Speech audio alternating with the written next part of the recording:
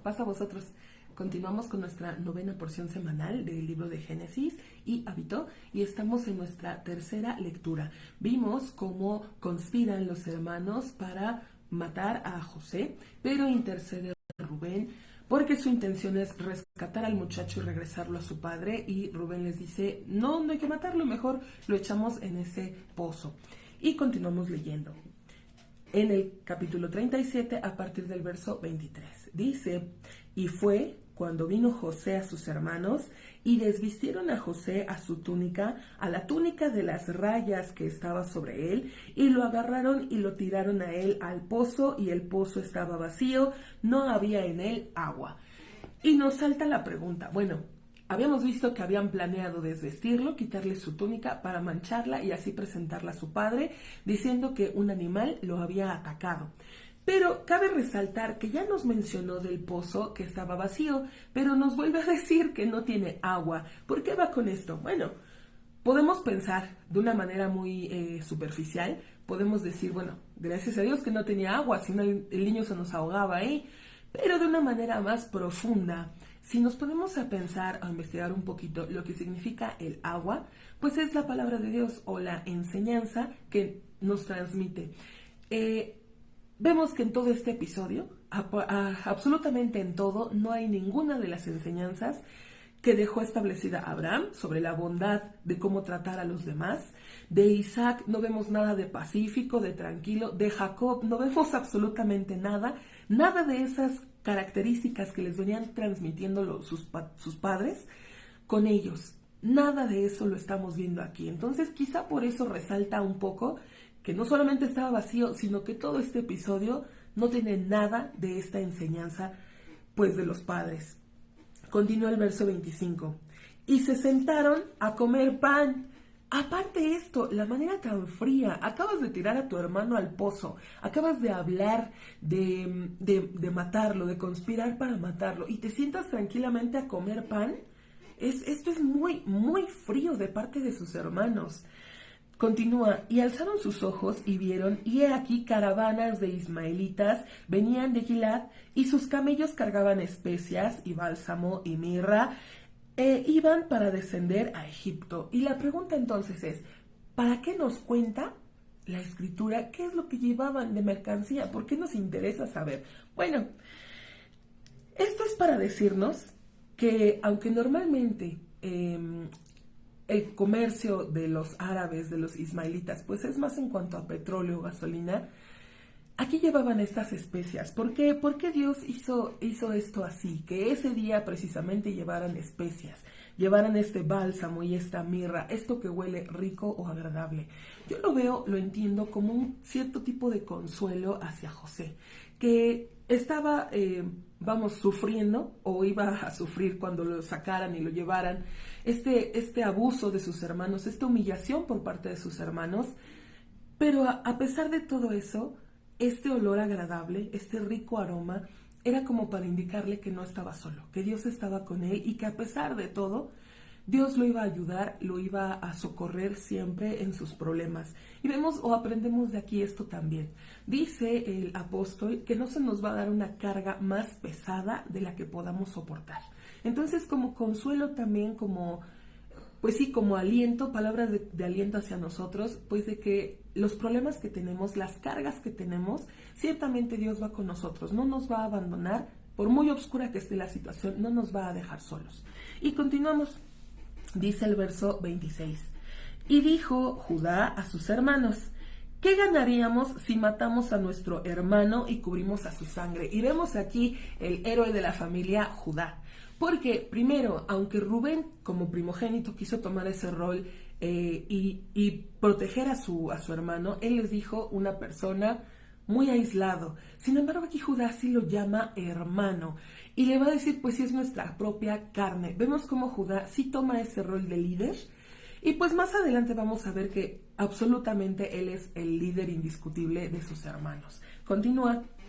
Verso 27, vayamos y vendámoslo a los ismaelitas y nuestra mano no sea en él. Esto es para no asesinarlo, no vamos a matarlo. Porque nuestro hermano, es la segunda vez que le llama hermano, nuestra carne él es. y escucharon sus hermanos. Y vemos entonces que aceptan las palabras de Judá.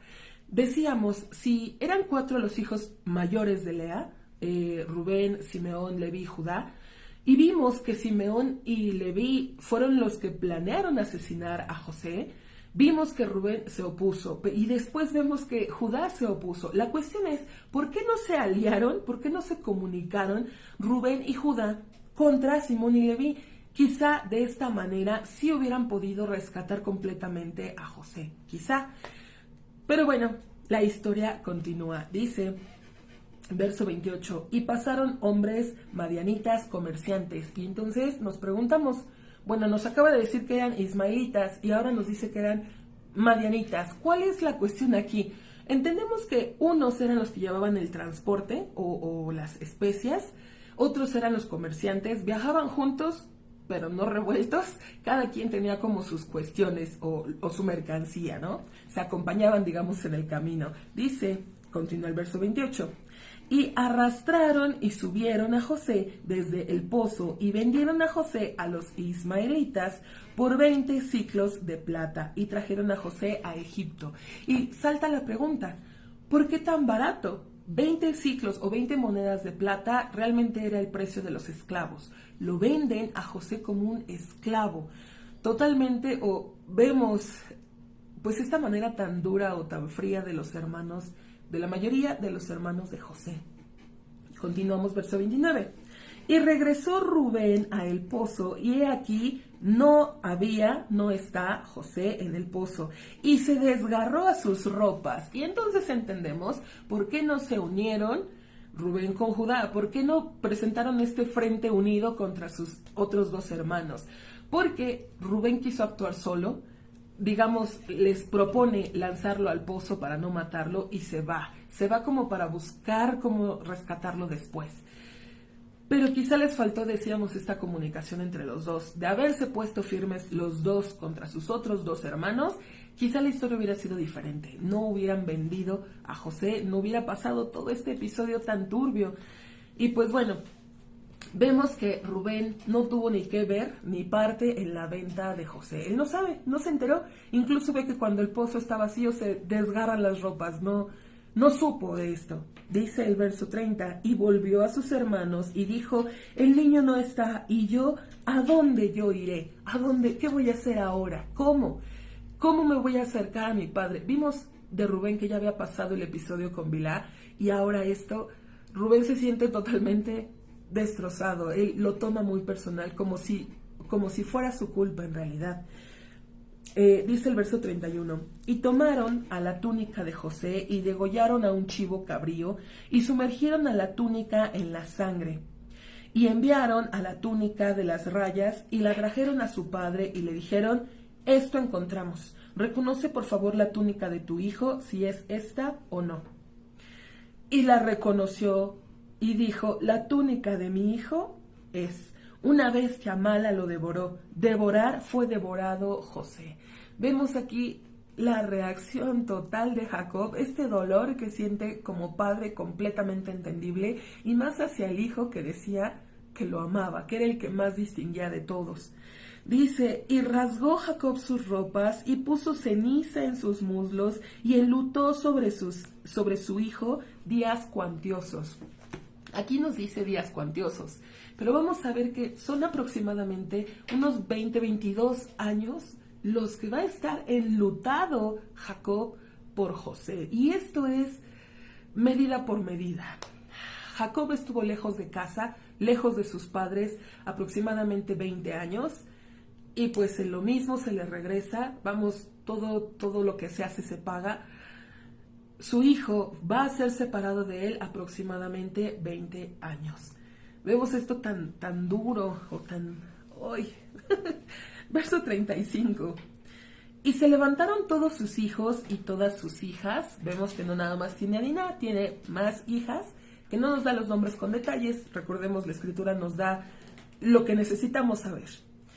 Dice entonces, se levantaron todos sus hijos y todas sus hijas para consolarlo. Pero nos preguntamos qué consuelo le van a dar si tú vendiste a su hijo.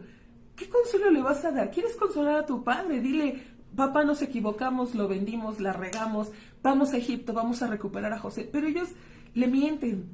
¿Y de qué manera lo quieren consolar? Le dices que tu hijo está muerto, lo destrozas, lo acabas totalmente. Vemos aquí varios pecados que cometieron los hijos de Jacob. Pecado hacia José, porque aunque no estaba dada la ley todavía en el monte Sinaí, vamos, no estaba dictada los mandamientos, estaba una ley en la humanidad, o una ley de las naciones. Todos sabían que matar era malo, todos conocían que robar era malo, y qué mayor robo que el secuestro. Secuestraron a su propio hermano, lo vendieron. Ahora, eso es pecado hacia José. Pecado hacia su padre, le mienten, lo engañan, le hacen sufrir, decíamos, todos estos 20 años, que no va a encontrar consuelo. ¿Qué clase de honra o respeto hacia tus padres es ese? No hay ninguno ahí.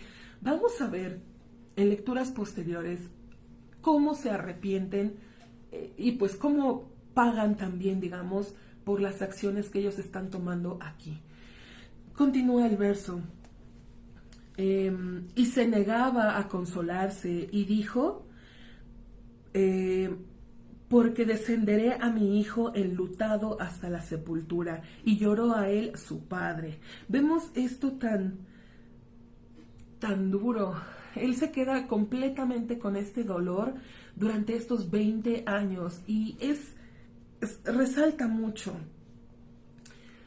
Dios no puede permanecer junto a una persona que está triste. La inspiración divina está con el corazón alegre.